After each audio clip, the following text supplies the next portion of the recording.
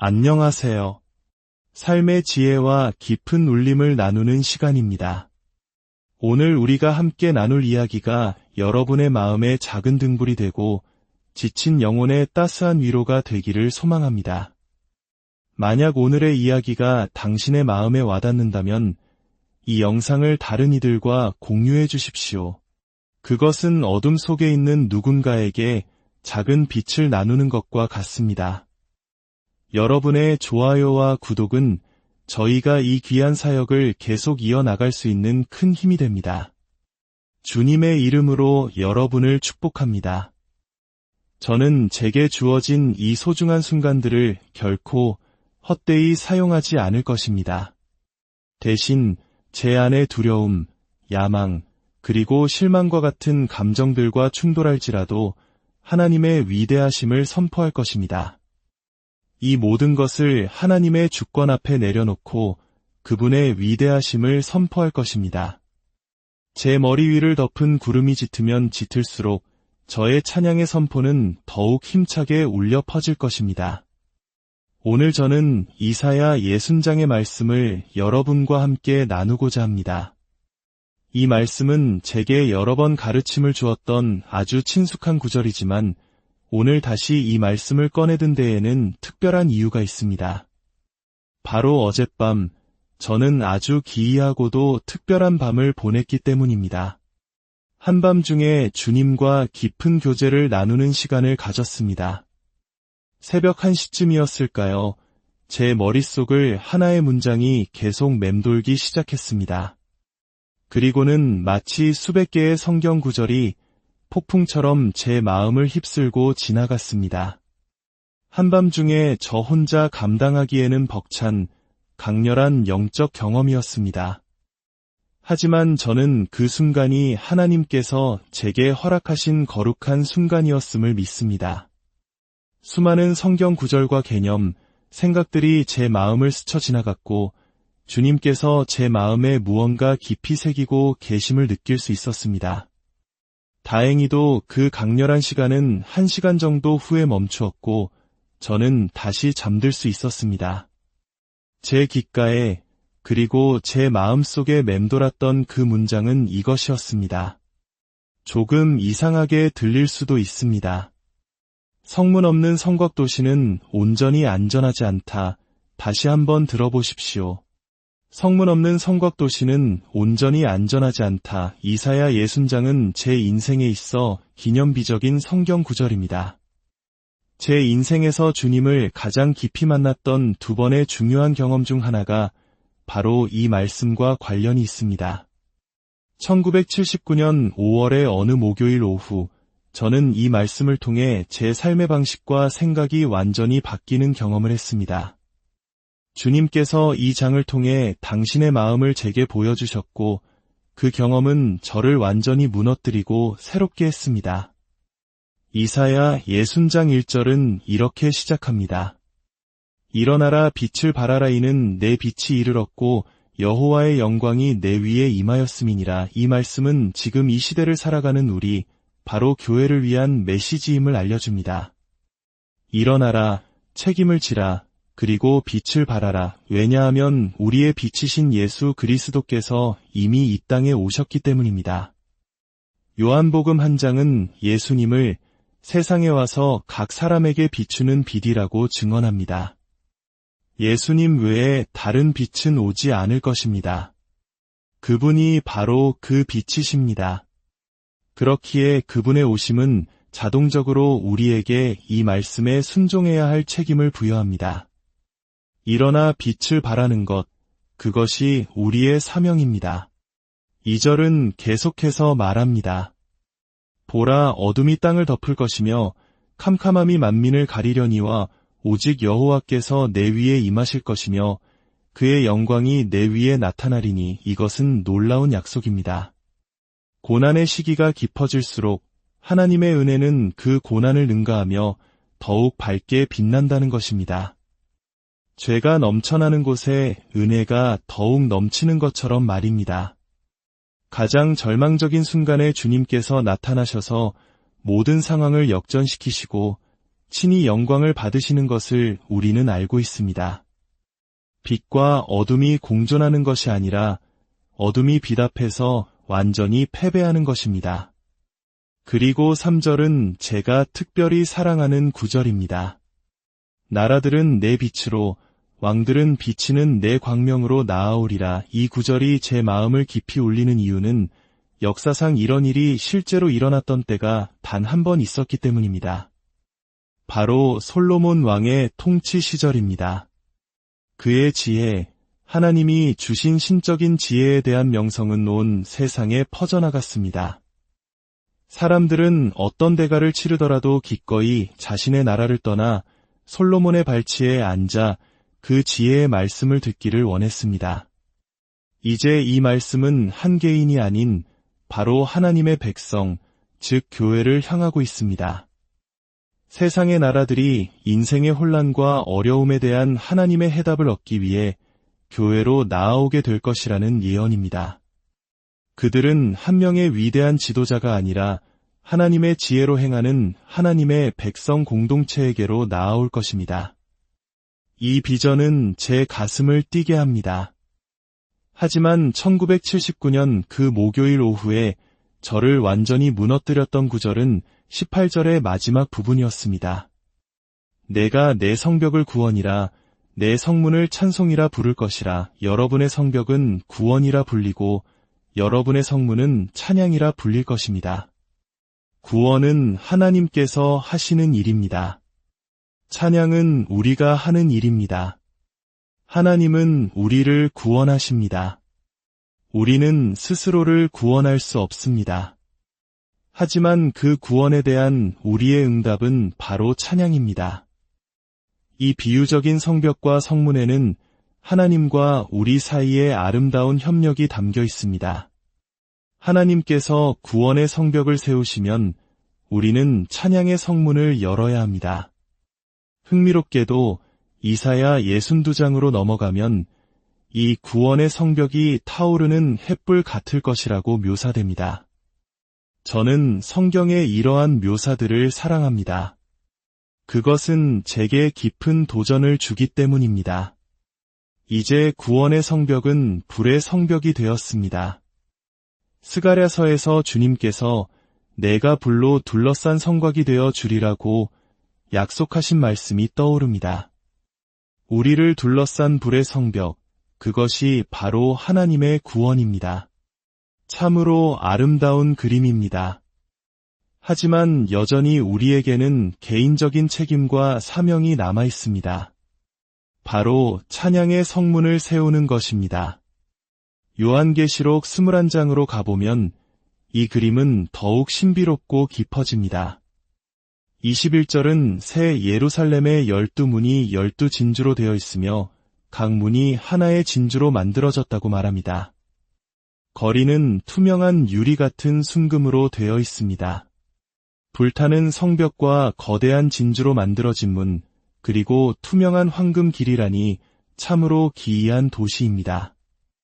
하지만 여기에 우리가 붙잡아야 할 심오한 영적 진리가 있습니다. 진주는 어떻게 만들어집니까? 진주는 조개 안에 들어온 이물질, 즉 고통과 자극을 통해 만들어집니다. 찬양의 성문은 바로 이와 같습니다. 그것은 우리가 어려움에 직면했을 때 그 고통 속에서 하나님을 찬양하고 그분께 영광을 돌리는 반응을 통해 세워집니다. 누구나 직장에서 승진했을 때 하나님을 찬양할 수 있습니다. 우리가 응원하는 팀이 경기에서 이겼을 때 기뻐하며 감사할 수 있습니다. 그런 순간에 축하하는 법은 모두가 알고 있습니다. 진짜 도전은 우리의 믿음이 흔들리는 순간에 찾아옵니다. 감당할 수 없는 상실을 겪었을 때, 왜 이런 일이 일어났는지, 어떻게 일어났는지 이해할 수 없을 때, 나는 아무 잘못도 하지 않았는데 끔찍한 비극이 닥쳤을 때, 바로 그 순간이 찬양의 진주문을 세울 기회입니다. 어젯밤 제가 느꼈던 그 강렬한 감각을 말로 다 표현하기는 어렵습니다. 하지만 그것은 조심해, 위험의 와 같은 두려운 경고가 아니었습니다. 오히려 이제 곧 임할 놀라운 일들을 위해 준비하라는 격려에 가까웠습니다. 앞으로 다가올 하나님의 위대한 부흥과 역사를 감당하기 위해 우리는 반드시 우리의 입술, 우리의 성문을 점검해야 합니다. 성경은 야고보서를 통해 한 샘에서 단물과 쓴 물이 함께 나올 수 없다고 말합니다. 우리의 입이라는 샘에서 찬양의 단물과 불평의 쓴 물이 동시에 흘러나와서는 안 됩니다. 시편 22편 3절은 하나님께서 그의 백성의 찬양 중에 보좌를 베푸신다고 말씀합니다. 그렇다면 우리의 불평과 원망 위에는 누가 보좌를 베풀고 앉게 될까요? 우리의 비판과 험담을 통해 힘을 얻는 것은 과연 누구일까요? 이것은 가벼운 문제가 아닙니다. 시편 100편은 성경적인 원칙을 보여줍니다. 감사함으로 그의 문에 들어가며 찬송함으로 그의 궁정에 들어가서 우리는 감사를 통해 하나님의 문으로 들어가고 찬양을 통해 그분의 임재 안으로 들어갑니다. 그렇다면 불평을 통해서는 누구의 임재로 들어가게 되는 것일까요? 비판의 말을 할 때 우리에게는 어떤 문이 열리는 것일까요? 잠언은 생명과 죽음이 혀의 힘에 달려있다고 가르칩니다. 우리 입에서 나오는 말이 얼마나 중요한지 우리는 본능적으로 그리고 성경적으로 알고 있습니다. 에베소서 4장 29절은 제가 가장 좋아하는 구절 중 하나입니다. 무릇 더러운 말은 너희 입 밖에도 내지 말고 오직 덕을 세우는데 소용되는 대로 선한 말을 하여 듣는 자들에게 은혜를 끼치게 하라. 어떤 학자는 여기서 더러운 말이 썩은 생선을 의미한다고 했습니다. 여러분의 입에서 썩은 생선 냄새가 나는 말을 내뱉지 마십시오. 대신 시기적절하고 덕을 세우는 말을 선택하십시오. 14년 전 제 아버님께서 75세의 나이로 세상을 떠나셨습니다. 저희 집안에서는 매우 이른 나이였습니다. 아버님은 제 인생의 가장 큰 격려자셨습니다. 그런 아버님께서 병을 얻으신 지 6개월 만에 저희 곁을 떠나셨습니다. 저희 가족은 마지막 3일 동안 꼬박 아버님의 침상 곁을 지켰습니다. 그리고 아버님께서 마지막 숨을 거두셨을 때 제 앞에는 선택의 순간이 놓여 있었습니다. 저는 이루 말할 수 없는 고통과 상실감에 휩싸였습니다. 우리는 간절히 기도했지만 기적은 일어나지 않았다는 실망감도 있었습니다. 왜 다른 사람들은 치유받았는데 우리 아버지는 아니었을까 하는 질문도 떠올랐습니다. 우리가 다르게 기도했어야 했나 하는 죄책감도 밀려왔습니다. 그 순간 저는 이 모든 부정적인 감염에 저 자신을 내어줄 수도 있었습니다. 하지만 저는 다른 길을 선택했습니다. 제 영혼 안에 타오르는 하나님을 향한 불꽃으로 이 모든 것, 실망, 상실, 혼란, 고통을 가지고 나아가기로 결심했습니다. 그리고 이 모든 것을 태워 하나님께 드리는 제물로 삼기로 했습니다. 이것은 천국에서는 결코 드릴 수 없는 아주 특별한 향기를 지닌 제물이었습니다. 천국에는 고통도, 상실도, 실망도, 혼란도 없기 때문입니다. 오직 이 땅에서만 고통 속에서 우리는 가장 값비싼 찬양의 제물을 하나님께 드릴 수 있는 단 한 번의 영원한 기회를 갖게 됩니다. 저는 그 모든 상실과 고통의 재료들을 가슴에 품고 그럼에도 불구하고 언제나 신실하시고 약속을 지키시며 완전하신 치유자이신 하나님을 높여드렸습니다. 고통의 한가운데서 그분의 이름을 찬양했습니다. 보십시오. 천국의 문은 진주로 만들어졌습니다. 진주는 고통 속에서 만들어집니다. 갈등 속에서 만들어집니다. 우리의 생각과 현실이 충돌할 때 우리는 하나님의 말씀을 선포하며 그분께 찬양의 제물을 드립니다. 왜냐하면 그 찬양의 문은 영광의 왕이신 주님께서 우리 삶에 들어오시는 통로이기 때문입니다. 시편 24편은 외칩니다. 문들아 너희 머리를 들지어다 영원한 문들아 들릴지어다 영광의 왕이 들어가시리로다. 상황과 관계없이 하나님을 신뢰합니다. 결과에 대한 실망감에도 불구하고 주님을 신뢰합니다. 결론은 이것입니다. 주님은 선하십니다. 나는 주님을 신뢰합니다. 미래에 어떤 돌파구가 생기기 훨씬 전부터 바로 지금 이 순간 주님을 찬양하고 그분의 위대하심을 선포하는 것입니다. 오늘 아침 시편 신편을 읽다가 제 마음을 깊이 울린 한 구절을 발견했습니다.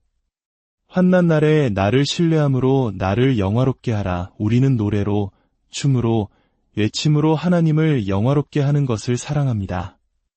하지만 주님은 말씀하십니다. 내가 나에게 드리는 그 찬양이 너의 고통의 날에, 너의 어려움의 순간에 내가 진정으로 나를 신뢰한다는 고백의 맥락 안에서 드려지기를 원한다고 말입니다. 마치 훈련된 군인처럼 특수부대 요원과 같은 집중력과 결단력으로 다짐하십시오. 내 입에서 다시는 쓴물이 나오지 않게 하리라. 나는 이 순간을 헛되이 낭비하지 않고 내 모든 두려움과 실망을 넘어 하나님의 위대하심을 선포하리라. 어젯밤 그 영적인 소용돌이 속에서 저는 주님의 말씀이라 믿는 또 다른 확신을 얻었습니다. 그것은 바로 정신건강의 열쇠는 모든 상황 속에서 감사하는 것이라는 사실입니다. 한 정신과 의사는 정신질환의 95%가 고통을 피하려는 시도에서 비롯된다고 말했습니다. 하나님께 감사하는 것은 현실을 부정하는 것이 아닙니다. 그것은 우리가 이해하거나 통제할 수 없는 상황을 뛰어넘어 믿음으로 그분께 영광을 돌리기로 선택하는 것입니다. 정서 건강의 열쇠는 항상 기뻐하는 것입니다. 그리고 마음의 건강, 즉 마음이 청결한 자는 복이 있나니 그들이 하나님을 볼 것이며 라고 하신 그 마음의 건강의 열쇠는 쉬지 말고 기도하는 것입니다. 데살로니가전서 5장은 우리에게 천국의 열쇠를 줍니다. 항상 기뻐하라, 쉬지 말고 기도하라, 범사에 감사하라. 이 말씀들은 우리의 영혼 깊숙이 심겨져서 우리를 지속적인 정서적, 정신적, 마음의 건강 상태로 지켜주는 하늘의 지혜입니다. 이제 모두 자리에서 일어나 주시겠습니까? 제가 고난 속에서 감사하는 것에 대해 이야기했을 때 여러분의 마음에 떠올랐던 바로 그 문제, 그 어려움을 바로 여러분 앞에 놓아보십시오. 그리고 이제 우리 함께 주님께 찬양을 올려드립시다. 조용한 마음으로만 하지 마십시오. 여러분은 하나님 앞에서 여러분의 열정을 통해 누구인지를 드러내도록 창조되었습니다. 여러분의 목소리를 높여 그분을 찬양하고 그분께 영광을 돌리십시오. 여러분 앞에 놓인 그 도전과 어려움을 정면으로 마주하며 희생의 찬양을 드리십시오. 함께 목소리를 높입시다. 하나님, 당신은 참으로 신실하시며 존귀하십니다. 당신의 모든 말씀은 진리입니다. 우리는 당신을 경배합니다. 하나님, 당신은 결코 거짓말하지 않으시며 약속을 주시고 그 약속을 성취하시는 분이십니다. 우리는 당신의 이름을 송축하고 존귀하게 여깁니다. 당신은 풍요의 하나님, 지극한 친절의 하나님, 놀라우신 하나님, 놀라우신 아버지이십니다. 멈추지 마십시오. 여러분 자신의 믿음을 일깨워 하나님이 누구이신지 선포하십시오. 이제 옆 사람의 손을 잡아주십시오. 지금 당신이 손잡고 있는 그 사람은 오늘 이 메시지를 듣는 것이 절실히 필요했던 사람입니다. 그들을 위해 기도해 주십시오. 그들의 입술의 문 위에 하나님의 위대한 은혜가 임하여 오직 단물만이 흘러나오도록 기도해 주십시오. 이제 우리 자신을 위해 기도합시다. 주님과 언약을 맺으십시오. 하나님, 제 마음을 지켜주시어 오직 단물만이 흘러나오는 이 샘에서 주님을 진정으로 영화롭게 하는 말만 하도록 제 마음에 결단합니다. 아버지 하나님, 다가오는 새로운 계절을 위해 우리에게 아주 특별한 은혜를 부어주시기를 간구합니다. 우리에게 더 큰 은혜를 주심에 감사드립니다. 우리가 어떤 상황에 처하든지 주님을 향한 우리의 사랑을 증명할 수 있는 기회를 주심에 감사드립니다. 수많은 사람들과 함께 설 수 있는 특권과 때로는 홀로 설 수 있는 특권에 감사드립니다. 우리 교회가, 우리 공동체가 주님께서 들어오실 수 있는 진주문, 즉 고통과 갈등 속에서 빚어진 찬양의 문을 세울 수 있도록 은혜를 내려주소서. 우리에게 주어진 모든 순간을 붙잡아 주님께서 합당히 받으실 영광의 제물을 드리게 하소서. 예수님의 이름으로 기도합니다. 아멘. 여러분의 삶의 모든 여정에 하나님의 평강과 은혜가 늘 함께